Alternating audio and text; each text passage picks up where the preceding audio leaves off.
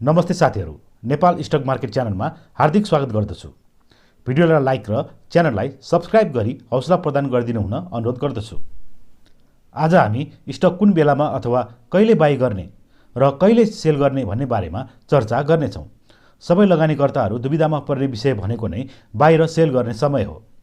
साथीहरू, stock by र sale कसरी गर्ने भन्ने बारेमा छोटकरीमा भन्न गइरहेको छु। त्यसपछि हामी स्टक किनबेच कुन बेलामा गर्ने भन्ने बारेमा छलफल गर्नेछौँ। नेपालमा स्टक बाई र सेल गर्न सर्वप्रथम चाहिने भनेको बैंक एकाउन्ट हो। त्यसपछि डिमाट एकाउन्ट ओपन गर्नुपर्छ। सकेसम्म आफ्नो बैंक एकाउन्ट भएको बैंकमा ओपन गर्दा राम्रो हुन्छ। त्यसपछि अनलाइन कारोबार गर्न मेरो सेयर लिनुपर्छ। मेरो सेयरबाट आइपिओ एफपिओ अनलाइनबाट आफै भर्न सक्छौँ भने सेकेन्डरी मार्केटमा सेल गरेपछि स्टक ट्रान्सफर पनि गर्न सक्छौँ। त्यसपछि लास्टमा हामीलाई चाहिने भनेको ब्रोकर एकाउन्ट हो। आफूलाई पाएक परेको ब्रोकर अफिसमा गई सजिलोसँग फ्रीमा ब्रोकर एकाउन्ट खोल्न सक्छौँ। अनलाइन कारोबार गर्नको लागि टिएमएस पनि लिनुपर्ने हुन्छ। यति पुरा गरेपछि हामीले सजिलोसँग आफै अनलाइनबाट स्टक बाई र सेल गर्न सक्छौँ। साथीहरू, प्राय सबैजसो नयाँ लगानीकर्ताहरूले स्टक बाई गर्दा घट्ने र सेल गरेपछि चाहिँ बढ्ने गरेको समस्या धेरै भएको जानकारी हुन आएको छ। किन हुन्छ त यस्तो? कहिले बाई र सेल गर्दा ठिक होला? अब यसबारेमा जानकारी लिउँ। सबैभन्दा पहिले हामीले कुन उद्देश्यको लागि स्टक किनबेच गर्ने हो त्यो प्रष्ट हुनुपर्छ। अनि त्यही अनुसारको स्ट्र्याटेजी प्रयोग गरेर बाई र सेल गर्नुपर्ने हुन्छ। स्टक बाई गर्नुभन्दा अगाडि नै त्यो स्टक कति समयसम्म होल्ड गर्ने, कति प्राइस पुगेपछिसम्म होल्ड गर्ने, के उद्देश्यको लागि बाई गर्ने भन्ने जस्ता कुराको पहिले नै निर्णय गर्नुपर्छ। आफू कस्तो खालको लगानीकर्ता बन्ने पहिले नै डिसाइड गर्नुपर्छ। साधारणतया लगानीकर्ता 3 प्रकारका हुन्छन्। 1 trader, 2 short term investor, 3 long term investor. छोटो समयमा नै निश्चित प्रतिशत नाफा आर्जन गर्ने उद्देश्यले स्टक किनबेच गर्ने लगानीकर्ताहरू ट्रेडर समूहमा पर्दछन्। ट्रेडरको प्रमुख उद्देश्य भनेको नै निश्चित प्रतिशत वा प्राइस बढेपछि स्टक सेल गरेर क्यापिटल गेन गर्ने रहेको हुन्छ। एउटा राम्रो ट्रेडरले ट्रेन्डमा चलेको स्टक बाई गर्छ र निश्चित प्रतिशत नाफा भएपछि सेल गर्ने गर्छ। राम्रो ट्रेडर बन्नको लागि धेरै एक्सपिरियन्स, मेहनत चाहिन्छ भने मार्केटको साइकोलोजी, मार्केटको ट्रेन्ड, लेटेस्ट इन्फर्मेसनहरू, लेटेस्ट आर्थिक नीतिहरू, कम्पनीको लेटेस्ट खबरहरू सबैको बारेमा पनि बुझिराख्नुपर्ने हुन्छ। प्राय धेरै जस्तो नयाँ लगानीकर्ता ट्रेडरले जस्तै स्टक बाई र सेल गर्ने गर्छन्। छिटो क्यापिटल गेन गरेर स्टक सेल गर्न खोज्छन्। मेरो विचारमा नयाँ लगानीकर्ताहरू ट्रेडर बन्न खोज्नु हुँदैन। सर्ट टर्म इन्भेस्टर वा लङ टर्म इन्भेस्टर बन्नुपर्छ र एक्सपिरियन्स बटुल्दै जानुपर्छ। पर्याप्त अनुभव भइसकेपछि मात्र जब तपाईँले मार्केटको बारेमा बुझ्नुहुन्छ अनि मात्र ट्रेडर भएर कारोबार गरे राम्रो हुन्छ। यदि तपाईँले बिना अनुभव, बिना अध्ययन नै स्टक बाई र सेल गर्नुहुन्छ भने तपाईँको लगानी समेत लसमा जाने धेरै सम्भावना हुन्छ। मार्केटमा भन्ने गरिन्छ 5-7% ट्रेडरहरूले कमाउँछन् अनि 90-95%ले गुमाउँछन्। यो कुरा सही पनि हो साथीहरू। एउटा राम्रो ट्रेडरले मार्केट एक्टिभ आवर 11 बजेदेखि 3 बजेसम्म मार्केट वाच गरिरहेको हुन्छ। कम्पनीहरू र मार्केट सम्बन्धी लेटेस्ट इन्फर्मेसनहरू कलेक्ट गरिरहेको हुन्छ। टेक्निकल एनालाइसिस गरिरहेको हुन्छ। फन्डामेन्टल एनालाइसिस पनि हेरिरहेको हुन्छ। मार्केटको ट्रेन्ड र मास साइकोलोजी पनि बुझिरहेको हुन्छ। बाई गरेको स्टक निश्चित प्रतिशत नाफा भएपछि वा निश्चित प्राइसमा पुगेपछि सेल गर्ने गर्छ अनि अप्रत्याशित करेक्सन भएमा निश्चित प्रतिशत नोक्सानमा सेल पनि गर्छ, जसलाई स्टप लस गर्ने पनि भनिन्छ। पुरै अनुशासित भएर लोभमा नपरी बाहिर सेल गरिरहेको हुन्छ। हेर्नुहोस् त साथीहरू, एउटा सफल ट्रेडर बन्न कति धेरै मेहनत चाहिँदो रहेछ। नयाँ लगानीकर्ताले यो सबै गर्न सक्दैनन्। त्यसैले अनुभव आर्जन गरिसकेपछि मात्र ट्रेडरहरूले जस्तै बाई र सेल गर्न सबैलाई अनुरोध गर्दछु। एउटा सफल ट्रेडर बनेर पनि धेरै प्रफिट आर्जन चाहिँ गर्न सक्दैनौँ। जति आफ्नो लगानी हुन्छ त्यही अनुसारको निश्चित प्रतिशतमा मात्र नाफा कमाउन सक्छौँ अनि रिस्क पनि त्यत्तिकै मात्रामा हुने गर्छ।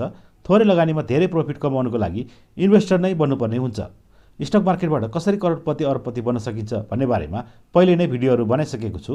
कृपया यस च्यानलको भिडियोजमा गई क्लिक गरेर हेर्नुहोला। Number 2, short term investor.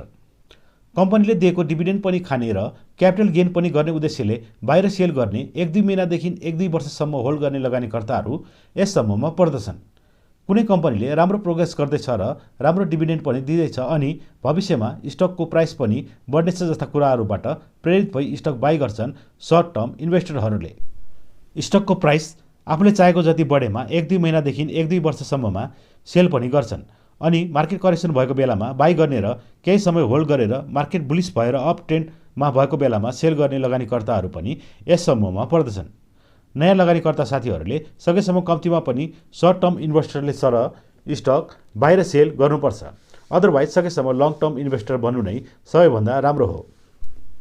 Number 3, long term investor. 2-4 वर्षदेखि लाइफ टाइमसम्म होल्ड गरी कम्पनीको डिभिडेन्ड खाने उद्देश्य लिएर लगानी गर्ने इन्भेस्टरहरू यस समूहमा पर्दछन्।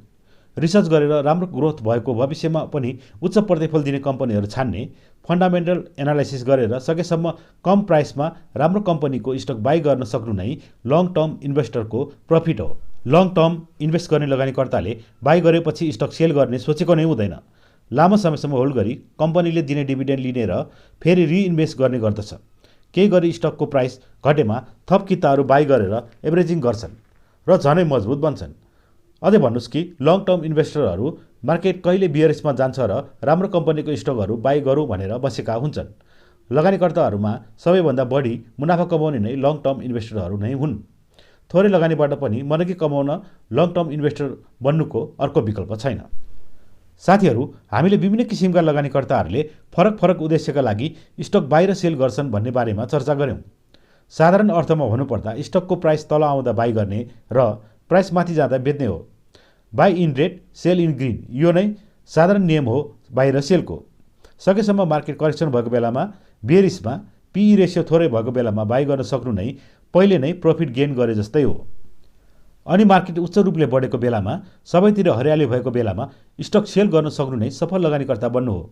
वारेन बफेट सरको एउटा फेमस भनाइ नै छ, be fearful when others are greedy, be greedy when others are fearful. सरको यो भनाइ अनुसार मात्र स्टक बाई र सेल गर्न सक्यो भने अवश्य नै प्रफिट कमाउन सक्छौँ। प्राय नयाँ इन्भेस्टर साथीहरूले अरूको हल्ला, सोसियल मिडियामा दिएको जानकारी र साथीहरूको कुराकानीबाट प्रेरित भएर स्टक बाई गर्ने गर्छन्। अनि बाई गरेपछि सो स्टकको प्राइस घट्छ, किनभने जसले हल्ला फिजाएको हो, जुन साथीहरूले प्रेरित गरेका छन् उनीहरूले सेल गरिदिन्छन्। फलस्वरूप स्टकको प्राइस घट्ने गर्दछ। अनि जुन बेलामा बाई गर्नुपर्ने हुन्छ त्यो बेलामा सेल गरिदिन्छन् र ठिक उल्टो स्टकको प्राइस बढ्दै जान्छ, किनकि हल्ला फिजाउने र प्रेरित गर्ने साथीहरू जस्ताले स्टकको प्राइस तल आएको बेलामा फेरि बाई गरिरहेका हुन्छन्। अनि अर्को कुरा साथीहरू, कुनै पनि इन्फर्मेसन होस्, न्युज होस्, हामी जस्तो रिटेल इन्भेस्टरहरूकोमा सबैभन्दा लास्टमा आइपुग्छ, जसले गर्दा हामीले स्टक बाई गर्दा पछि प्राइस झर्ने र सेल गर्दा स्टकको प्राइस बढ्ने गर्दछ। त्यसैले निकै चनाखो भएर ठुलो करेक्सनमा बाई गर्ने र मार्केट हाई ट्रेन्ड भएको बेलामा सेल गर्ने गर्नुपर्छ। मार्केट तल खस्यो भने होल्ड र बाई गर्ने, अनि मार्केट बुलिस भयो भने सेल गर्ने, यही नै बाई र सेलको स्ट्र्याटेजी हो साथीहरू। भिडियोको अन्त्यतिर आइसक्यौँ साथीहरू। राम्रोसँग अध्ययन गरेर, फन्डामेन्टल एनालाइसिस गरेर राम्रो कम्पनी छान्नुस् र स्टकको प्राइस करेक्सन भएर तल गएको बेलामा बाई गर्नुस् र लङ टर्म होल्ड गरी मनकै पैसा कमाउनुस् भन्दै आजलाई बिदा लिन्छु। नमस्ते।